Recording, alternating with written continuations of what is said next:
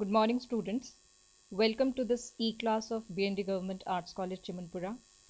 I am Dr. EKTA GOSWAMI, and in this class of BA Part First, Paper First, we would take up for discussion the second poem prescribed in your syllabus, William Shakespeare's famous sonnet, Not Marble Nor the Gilded Monuments. Not Marble Nor the Gilded Monuments by William Shakespeare is the 55th sonnet of 154 sonnets written by Shakespeare. This sonnet speaks about the immortality of art, especially the immortality of poetry, immortality of words. Nothing, not even the marble nor the gilded monuments, can outshine the power and the magic and the charm and the appeal of poetry. So it also illustrates how William Shakespeare is proud of his immortal work. Shakespeare has displayed great modesty in life and in his writings. But in this sonnet, Not Marble Nor the Gilded Monuments, he exhibits some pride in his art as a poet. Shakespeare has written 154 sonnets, out of which 28 are addressed to a dark lady of the sonnets, and the rest, they are all addressed to Mr. W.H. The person addressed as W.H. was his friend, patron, and in a large number of sonnets, Shakespeare has described the perennial beauty, the eternal beauty of Mr. W.H. But in this sonnet, which is addressed to Mr. W.H., the poet does so much praise the beauty or the quality of his friend, but he also speaks about his own immortal art and poetry. Shakespeare says that in order to make the memory of kings and princes immortal, marble bust and embellished museums, they are built. But this powerful poem, in which the memory of Mr. W.H. has been enshrined, will survive those monuments and statues. Mr. W.H. will shine more brightly in this poem than he would have in a bust or a monument that might be built by any rich person, or that might be built for any famous, rich, affluent, aristocratic person. These monuments, these busts, whether they are made up of marble or whether they are the gilded monuments, they would all be dirted by time. Nobody will sweep them. Sometimes destructive wars would destroy the idols and even eradicate the famous buildings which had been erected for someone, for some famous person, for some important person. And with the passage of time, masonry works, they are all converted into ruins. Time, it destroys everything. But neither the bloodshed during wars nor the after effects or the fires of war can destroy the lines which are composed by Shakespeare for his friend Mr. W.H. So, this sonnet, which is the immortal record of the memory of his friend, would surpass the power of time, would conquer over time. The poet says that time is cruel and it kills everything. All the dead things, all the past things, they are soon forgotten. But this sonnet will keep the memory of his friend Mr. W.H. fresh, and he would be remembered till the last day, the Judgment Day. Even the coming generations would remember and praise him. Why? Because the sonnet, the poem that is composed by Shakespeare, is immortal, and whoever read the poem, whosoever is going to go through the poem, all the readers in the time to come would remember Shakespeare's friend, Mr. W.H. So, the poem basically talks about the immortality of art. The speaker adores the beauty and the unrestricted nature of his work.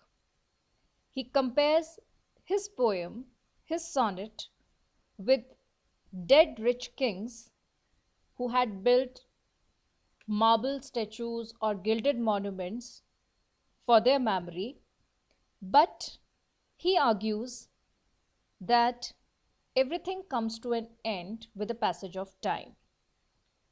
But art alone continues. Therefore, the words that he is composing for the memory of his friend would remain immortal, and it would outlive everything in the universe. He reflects on the memory of his beloved friend, and he says it very powerfully that the memory of his beloved friend would shine in the words that he is composing in the sonnet forever. So, in the time to come, till the judgment day, people would remember, and his friend, the fair youth, would live in the eyes of the readers through the words that Shakespeare has composed for his friend. So, let us first take the poem for discussion. Not marble nor the gilded monuments of princes shall outlive this powerful rhyme, but you shall shine more bright in these contents than unswept stone besmeared with sluttish time. The poem begins with not and nor. So the poet is negating both the statues built of marble and the gilded monuments. The poet says that not marble means not the marble statues or the gilded monuments would survive longer than the poem that the poet is composing. So, the marble statues and the gold plated monuments of the rich and the powerful would not outlive beyond this powerful rhyme.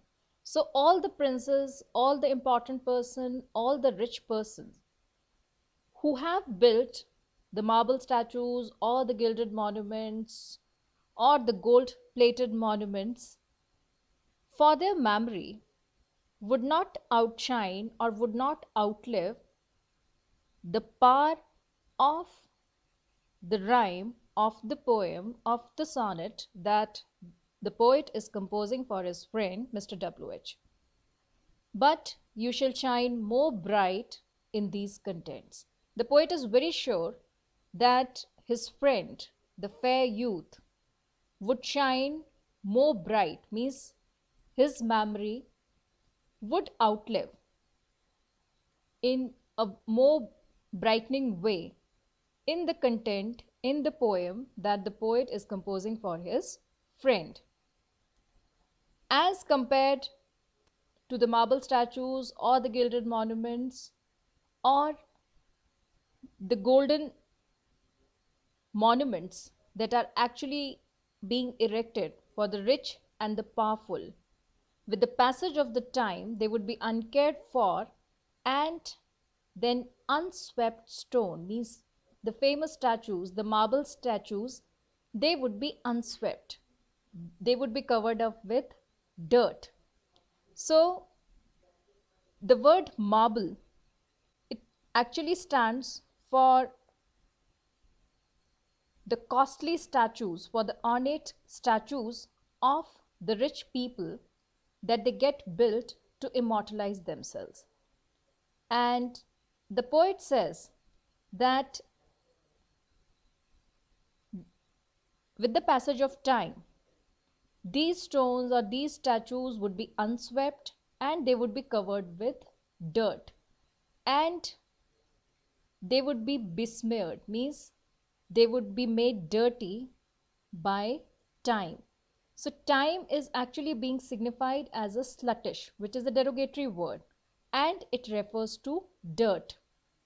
So time which actually fades, the brightness or the shining element of the monuments, of the statues, would besmear, and with the unswept stones and with the dirt, they would not appear to be as attractive as they are appearing today. So maybe they are very costly, but the memory of his friend, which is cherished in the contents of the poem written by Shakespeare, would shine more bright in the time to come than any statue made up of costly marble or the gilded monument that is erected in memory of any rich or powerful person to immortalize themselves. So the poet is very sure that his friend would be immortalized in the content in the poem that he is writing for him. When wasteful war shall statues overturn, and broils root out the work of masonry, nor Mars his sword, nor war's quick fire shall burn the living record of your memory. So, what is the nature of war? The war is wasteful. So, the poet says that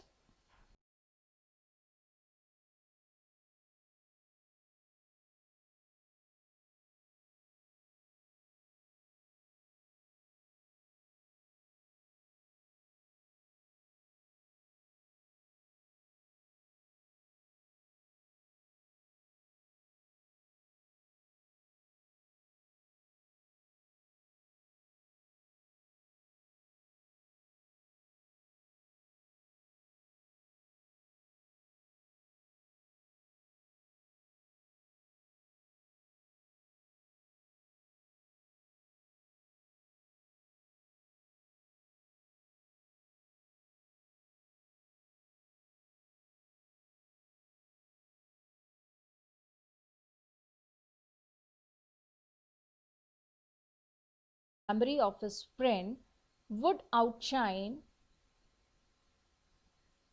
all the statues, all the gilded monuments which could be overturned by the wasteful war. So the poet is very sure of his art and the immortality of his work. So Mars is the god of war, the Greek god of war, and even the violent conqueror with his sword, nor war's quick fire would be able to burn the living record of your memory, which is preserved in the poem that is written by Shakespeare for his friend. Against death and all oblivious enmity shall you pace forth, your praise shall still find room, even in the eyes of all posterity that wear this word out to the ending doom. So, in these lines, the poet says that the memory of his friend, or the way his friend is immortalized, that against death and all oblivious enmity, means despite death and everything that makes a person oblivious, means that makes a person forgetful. So against everything, against death, against all oblivious enmity, against all the enemies, shall you pace forth, means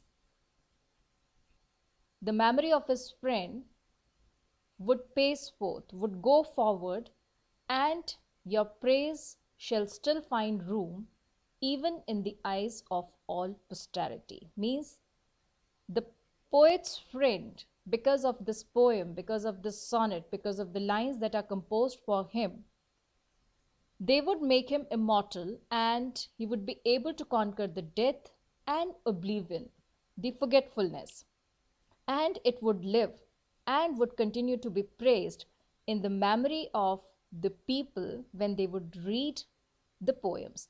So, in the eyes of posterity, in the eyes of the generations that are going to come, for the future generation, the memory of his friend would remain intact, it would remain fresh.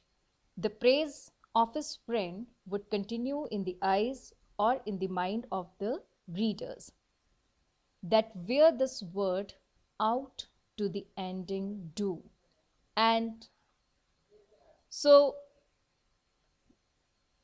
where the memory or where the poet is going to take his friend till the doomsday, till the ending doom, means the poet's friend would live in the minds of the people till the last day, till the doomsday. So the poet says that the praise of his friend would find place against death, against oblivious enmity, and people, they are going to remember his friend till the last day, till the ending doom or the doomsday, and his memory would continue in the eyes of all posterity, in the mind of all posterity, when they would read the lines that are composed for him by Shakespeare. So, in the final couplet, in line 13 and line 14, the poet says, "So, till the judgment that yourself arise, you live in this and dwell in lovers' eyes."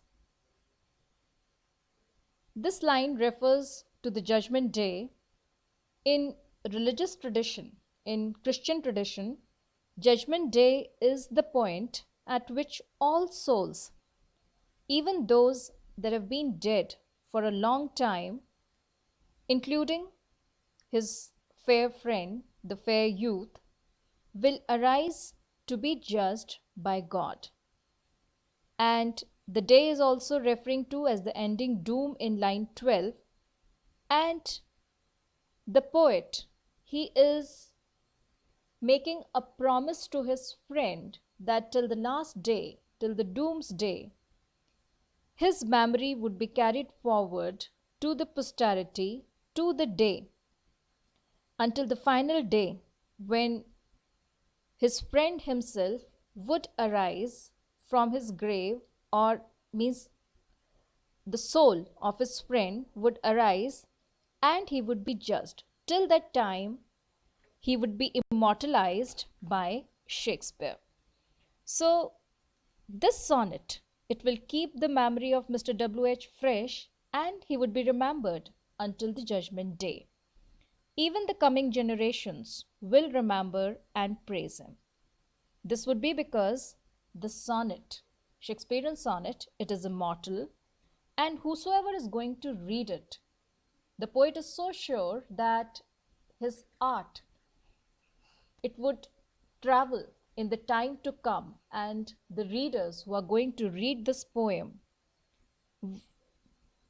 would remember the fair youth, his friend, Mr. W.H.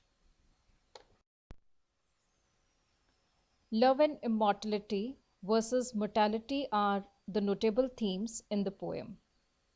The poem presents the heartfelt burst of confidence as the poet possesses the power to make his friend immortal through his poems. The poet believes that everything in this world, they loses their shine, their charm, their beauty with the passage of time.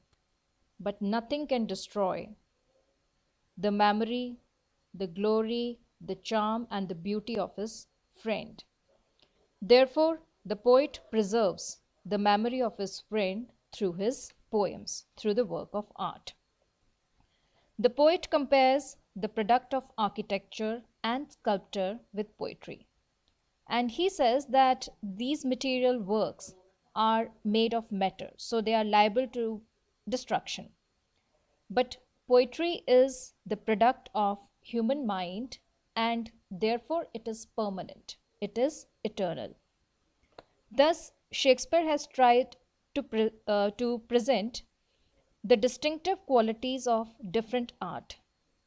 But he does not say that all poetry is immortal.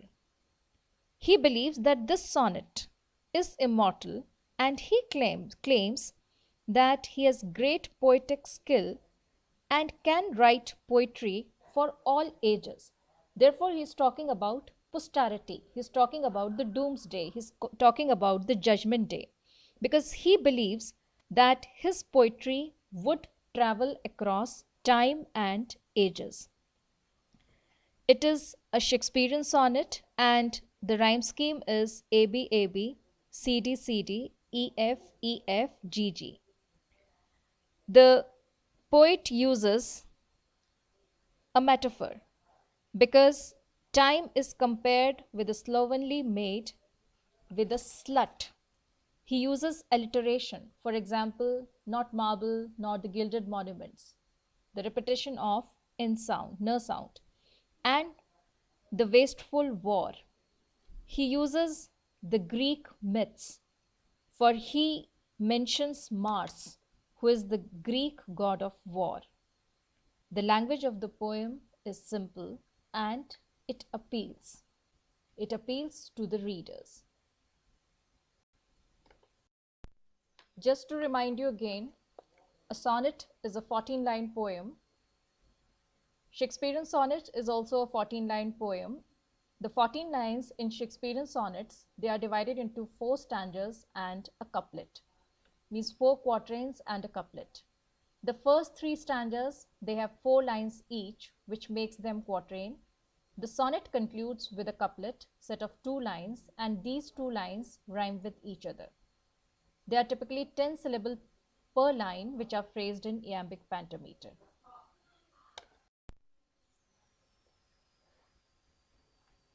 The main concern of Shakespeare's sonnet is love, but they also reflect upon time, change, aging, lust, absence, and infidelity. Sonnet 1 to 126, they seem to be addressed to a young man, Mr. W.H., socially superior to the speaker. Sonnet 127 to 152 seem to be addressed to a woman, the so-called dark lady of Shakespearean legend. This woman is elusive, often tyrannous, and causes the speaker great pain and shame. The 2 final sonnets, they focus on the classical god Cupid. So Shakespeare has written a series of 154 sonnets. This sonnet is sonnet 55th in number. And I told you earlier also that these sonnets, they do not have a title. They are just known by their first line and the number.